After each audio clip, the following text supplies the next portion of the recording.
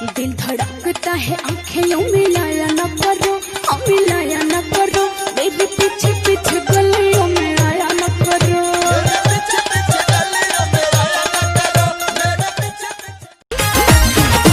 हमारे तनिको तो काम ताहर जो पत रहब नाम एक बार भेंट करा दो न,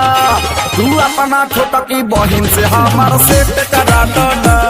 तू अपना छोटकी